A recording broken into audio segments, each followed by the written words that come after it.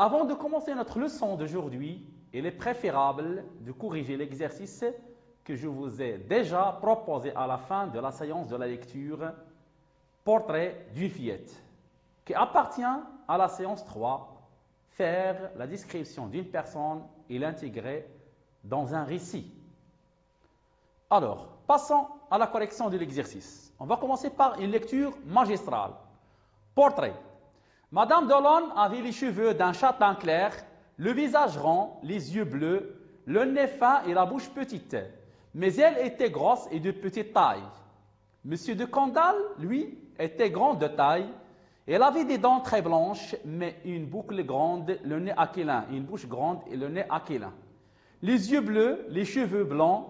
Il s'habillait toujours à la dernière mode et les plus proches tâchaient de l'imiter. Madame de Châtillon, quant à elle, avait les yeux noirs, le front petit, le nez écrasé, les lèvres rouges et minces. Elle avait les cheveux d'un noir foncé, les mains longues, les bras carrés. Elle souriait tout le temps. Donc, vous constatez qu'on a 3 paragraphes. Chaque paragraphe, donc, s'intéresse à la description d'un personnage. Passons maintenant aux questions et les réponses. Première question. Relève le titre de l'œuvre dont ce texte est extrait.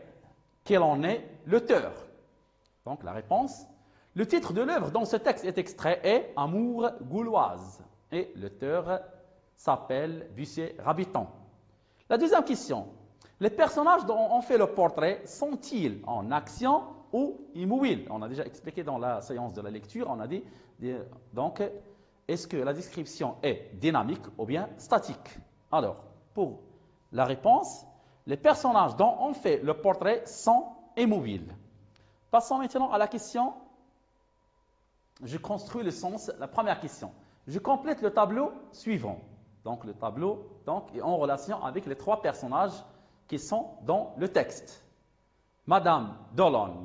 Donc, les traits de Madame Delon, la description de Madame Delon. Pour les yeux, elle avait donc des yeux bleus. Alors, pour le nez, donc c'est fin. Pour la bouche, petite. Donc, on n'a pas des traits pour les lèvres et les dents, mais la taille de Madame Delon, c'est petite. On n'a pas donné des caractérisations pour les mains. Passons maintenant à M. de Candale. M. de Candale avait des yeux bleus, le nez aquilin et la bouche grande. Pas de traits pour les lèvres. Pour les dents, il avait donc des dents très blanches. Il avait une grande taille, donc pas de caractérisation pour les mains. Pour M. de Châtillon, donc, Madame de Châtillon, il avait les yeux noirs, le nez écrasé, donc les lèvres rouges et minces, la taille, donc, et les mains longues. Passons maintenant, donc, à l'ordre de la description. Donc, pour Madame Delon, l'ordre de la description de haut en bas. Ça veut dire on a commencé par les cheveux jusque bas. B. Pour Monsieur de Candale, de bas en haut. Troisième question. Le classement des adjectifs utilisés pour décrire. Donc, pour la forme, on a rond, carré, écrasé, mince. Pour la taille, on a petite, grosse, grande, grand, petit, longue. Alors, pour les couleurs, on a châtain clair, bleu, blanc, noir, rouge et noir foncé.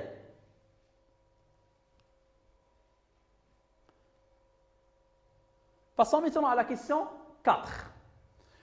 L'aspect chez Monsieur de Candale qui est mis en valeur par la phrase « Il s'habillait toujours à la dernière mode » et l'aspect vestimentaire, ce qu'on appelle la tenue vestimentaire, le portrait vestimentaire. C'est un homme élégant, ça veut dire qu'il portait toujours de beaux vêtements. Pour la question 5, j'indique le fait de caractère que révèle chez Madame de Châtillon la phrase « Elle souriait toujours ». Et c'est Madame de Châtillon est une femme souriante. Et on dit souriant, bien souriante. Il s'agit ici du portrait moral. Pour la sixième question, le narrateur s'est contenté de décrire des comportements observables. Ça veut dire ici, donc, le descripteur, il décrit ce qu'il voit, sans jugement personnel, sans verbe d'opinion, sans modalisation. Dans ce cas, on parle d'une description objective. Et dans la leçon précédente, on a déjà donné les caractéristiques de la description objective à l'opposé de la description donc subjective. Donc, passons maintenant à notre leçon d'aujourd'hui, intitulée « Les moyens de la caractérisation » ou ce qu'on appelle la caractérisation. Commençons par l'explication du verbe caractériser. C'est quoi caractériser? Donc, caractériser, c'est déterminer avec précision, c'est marquer, c'est distinguer. Donc, on peut par exemple donner un exemple de la classe. On dit par exemple, la classe est propre. Donc, l'adjectif propre ici caractérise la classe d'une manière valorisante ou favorable. Donc, c'est un adjectif qualificatif. Comme on peut caractériser par exemple la classe d'une manière défavorable, on peut dire par exemple la classe est sale. La classe est sale. Donc, c'est une description ou bien caractérisation dévalorisante, défavorable. Donc, ici, on parle du lieu. La classe est un lieu. On peut caractériser aussi une personne. On dit, c'est un homme généreux. Donc, ici, la qualité généreuse, c'est-à-dire la générosité, caractérise l'homme. Donc, c'est une description, c'est une caractérisation valorisante, favorable. Comme on peut dire, Ahmed est un élève bavard. Donc, bavard, ici, c'est un défaut. Donc, c'est un adjectif. Il caractérise donc Ahmed. C'est une caractérisation dévalorisante, défavorable. Comme aussi, on peut donc utiliser donc, un objet pour caractériser un objet. Prenons l'exemple du portable. On dit c'est un portable démodé, ou bien c'est un portable ancien. Donc ici, démodé ou bien ancien caractérise donc le portable d'une manière dévalorisante, défavorable. À l'opposé, on peut dire cet ordinateur est sophistiqué, ça veut dire très développé, à la mode, moderne. Ici, nous sommes devant une description défavorable ou donc valorisante. Donc, passons maintenant aux exemples qui sont sur le tableau. Je lis et je comprends. Commençons par le premier exemple. Anas était gentil. Donc, ici, on a Anas sur le sujet. Était, c'est un verbe conjugué à l'imparfait. Donc, c'est l'auxiliaire être. Puis, on a donc gentil. Donc, ici, l'élément, ou bien, donc, la personne qui est caractérisée ici, c'est Anas.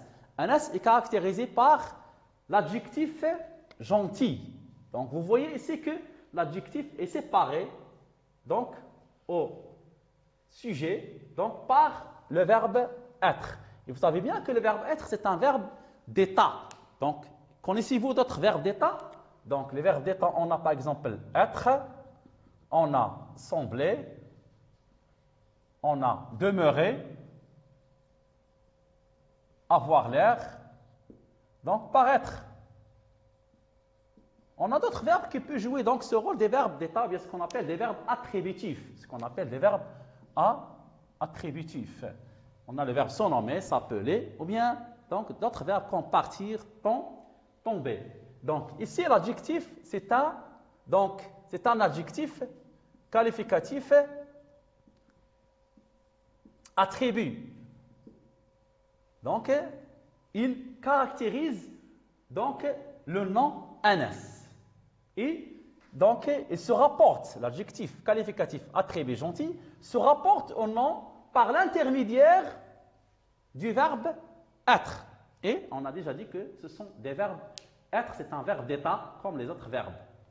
Donc, sachant que l'adjectif qualificatif attribut, donc, parce qu'on dit les verbes d'état, ce sont des verbes attributifs, donc s'accorde en genre et en nombre avec le nom qu'il qualifie.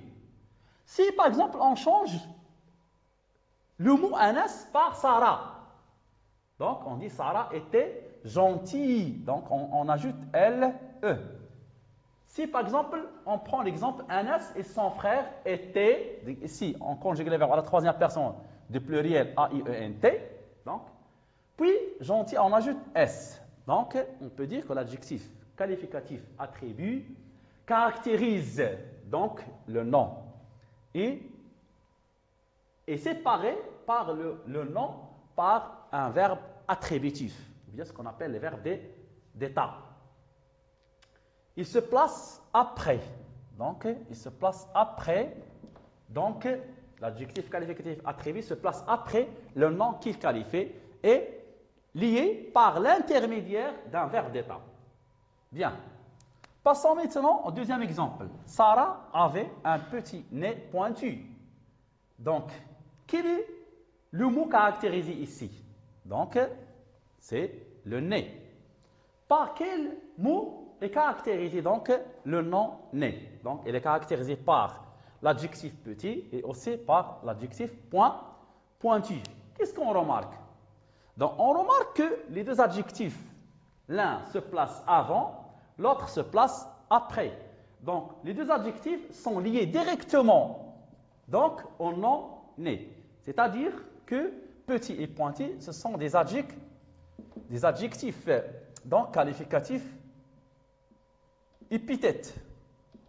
Donc, on peut dire que l'adjectif qualificatif épithète se place ou bien lié directement donc au nom qu'il qualifie ou bien auquel il se rapporte. Il peut être soit placé avant ou après le nom qu'il qualifie.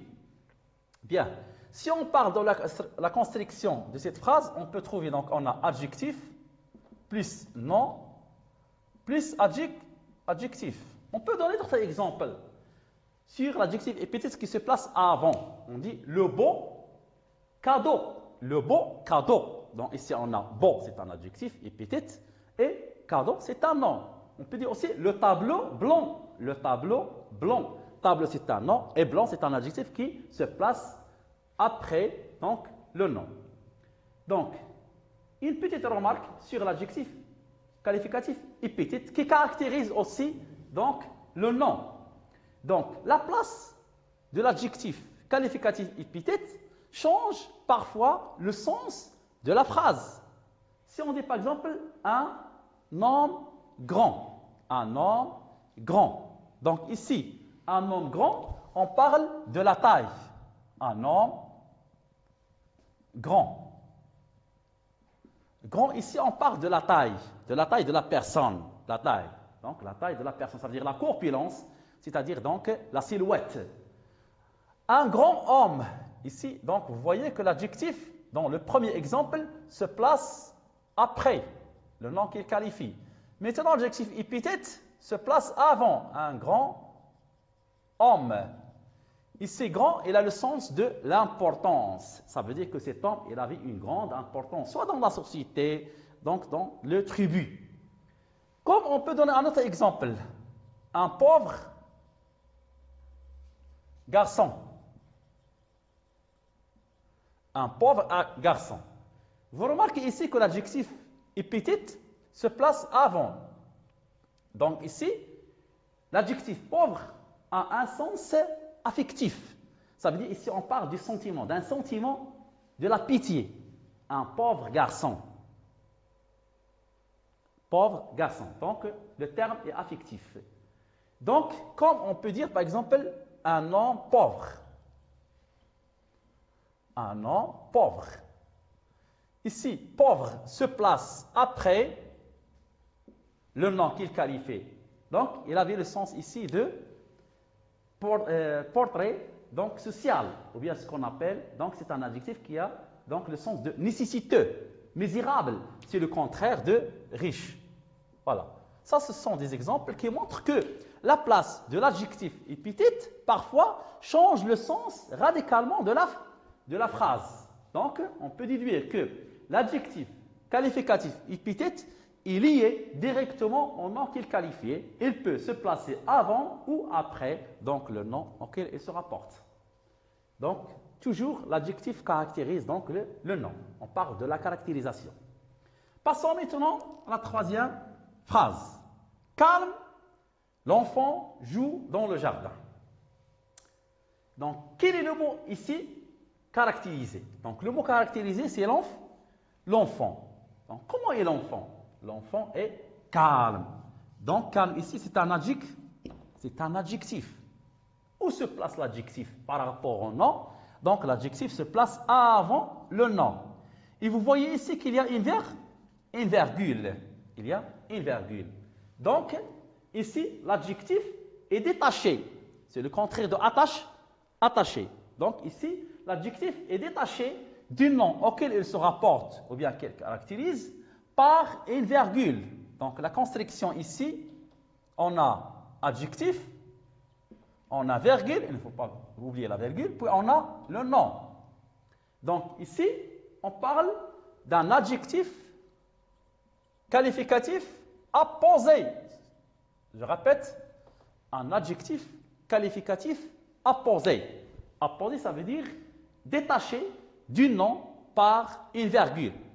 Ici, l'adjectif se place au début. On peut trouver des exemples où l'adjectif épithète se place au milieu. Un exemple, silencieuse, virgule, la fille regardait le chat.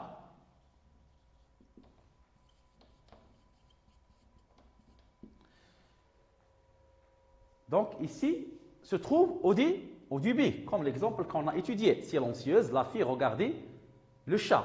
Donc on peut transformer cette phrase. On dit la fille, pour que nous puissions placer l'adjectif au milieu. La fille, virgule, silencieuse, virgule, regardez le chat. Bien. Vous voyez ici donc qu'on a commencé par donc, le nom. La construction de cette phrase, on a nom, plus quoi? Plus adjectif, virgule. Il ne faut pas oublier donc les virgules. C'est mieux de mettre les virgules. C'est mieux pour bien comprendre c'est quoi un adjectif apposé. Donc, on a nom, adjectif, puis virgule. Donc, comme l'adjectif qualificatif attribut et l'adjectif qualificatif épithète, aussi l'adjectif qualificatif apposé s'accorde en genre et en nombre. Si par exemple on change ici la fille par le garçon, ici donc l'adjectif aussi change, on dit silencieux. Donc à la place, ici on va mettre X. Silencieux, le garçon, regardez donc le chat. Donc ici, calme, si on a les enfants, si on remplace l'enfant par les enfants, donc joue ENT dans le jardin, calme va prendre donc un S à la fin. Donc calme ici, il avait E, c'est comme le masculin, comme le féminin. Donc il prend E. Donc on peut dire aussi que l'adjectif qualificatif apposé, son rôle est de caractériser donc les noms. Donc il joue le rôle de la caractérisation. Passons maintenant à la quatrième phrase. Le médecin portait une veste en cuir. Donc, quel est le mot ici caractérisé? Le mot caractérisé, donc, c'est une veste. Donc, comment est la veste? La veste est en cuir. Donc, en cuir, c'est un groupe nominal qui vient pour caractériser, pour déterminer, donc, le mot veste. Qu'est-ce qu'on constate? On voit que en, c'est une préposition, puis en cuir, c'est un nom. Donc, le complément de nom. Ici, en cuir, il vient pour compléter le nom. Donc, on l'appelle complément de nom. Donc, le complément de nom est précédé d'une préposition en. Donc, il n'y a pas seulement la préposition. On peut donner d'autres exemples où il y a d'autres prépositions, comme par exemple à, pour, sans, de. Donc, on va écrire donc des exemples sur donc le complément du nom. Bien. Alors, on peut dire par exemple une chemise à carreaux. Une chemise à carreaux. Donc ici, A carreau, c'est un complément du nom précédé de la préposition A. On peut dire par exemple une table en bois. En bois aussi, c'est un complément donc, du nom, la table, et elle est précédée par donc, la préposition en. Et vous voyez qu'il est lié directement et il se place après le mot qu'il qualifie ou bien auquel il se rapporte. On peut dire une bague en or ou bien une montre en or. Comme on peut dire par exemple un roman d'aventure. Donc ici on a la préposition de, un roman d'aventure. Donc ce sont des exemples donc, qui ont une relation avec le complément du nom. Donc le complément du nom ici caractérise donc le mot roman. Donc le complément du nom, il vient pour caractériser donc le mot et il se place après donc, le mot veste. Passons à l'exemple 4 ou bien 5. Il a une voiture qui roule très vite. Quel est le mot caractérisé ici? C'est la voiture. Donc la voiture est caractérisée par quoi? Par la proposition relative, donc par la proposition subordonnée relative. Donc vous voyez ici la proposition subordonnée relative, il se place après le mot voiture. Il qualifie le mot voiture. Donc la proposition subordonnée relative est introduite par le pronom relatif qui. Donc qui se place après l'antécédent. L'antécédent ici c'est la voiture. Donc ici, qui est la fonction, c'est un pronom relatif simple, et la fonction du sujet. Donc, si on veut analyser cette phrase, on dit, elle a une voiture, la voiture roule très vite. Donc, dans la proposition de, la voiture a la fonction du sujet. C'est pourquoi on a utilisé donc, le pronom relatif qui. Donc, les autres pronoms relatifs, on a qui, on a où, on a que, on a dont. Ce sont des pronoms relatifs simples. Pour où, donc c'est complément séquentiel du lieu. Pour que, c'est un complément d'objet direct. Et alors pour dont, c'est un complément d'objet indirect. Ça veut dire qu'il complète un nom bien un adjectif. Donc la proposition subordonnée relative, il vient pour caractériser donc le mot.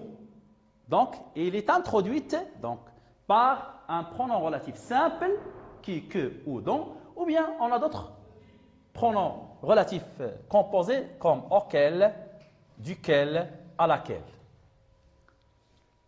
Donc, qu'est-ce qu'on peut déduire? Qu'est-ce qu'on peut retenir donc par ces exemples? Qu'est-ce qu'on peut retenir? Donc, quand je retiens, ou bien, donc, récapitulation de cette leçon. On a, donc, je retiens. Donc, on parle de la caractérisation donc, dans la description. Donc, dans la description, donc, on a dans la description la caractérisation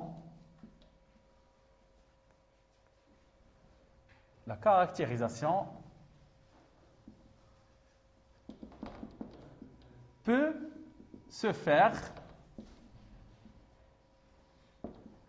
à l'aide de. Bien. Donc, suivons les exemples. À l'aide de adjectifs qualificatifs. Donc, l'adjectif qualificatif peut être soit attribut, quand il y a entre le nom et l'adjectif des verbes d'état, comme être, demeurer, sembler, paraître. L'adjectif qualificatif peut être épithète. On a dit donc lié directement donc, au nom qu'il qualifie, bien, auquel il se rapporte. Il peut se placer avant ou après. Ici, on a un adjectif qualificatif apposé. Donc, on a dit, il est détaché, l'adjectif qualificatif apposé est détaché donc du nom par une virgule. Pour la deuxième partie donc, de la caractérisation, on a complément de nom. Donc, le complément de nom donc, est précédé par donc, des prépositions comme en, à, pour, de. On a donné des exemples. 3. Donc, la proposition subordonnée relative aussi, il peut caractériser. La proposition subordonnée relative peut aussi caractériser. Et on a dit donc ici, on travaille avec les pronoms relatifs. Les pronoms relatifs simples ou composés. C'est clair, je crois donc. À partir de je retiens, on a compris que la caractérisation, on l'utilise dans la description, donc soit avec les adjectifs qualificatifs et attributs épithètes opposés, ou bien le complément de nom, ou bien la proposition subordonnée relative. Mon conseil, c'est de rester chez vous.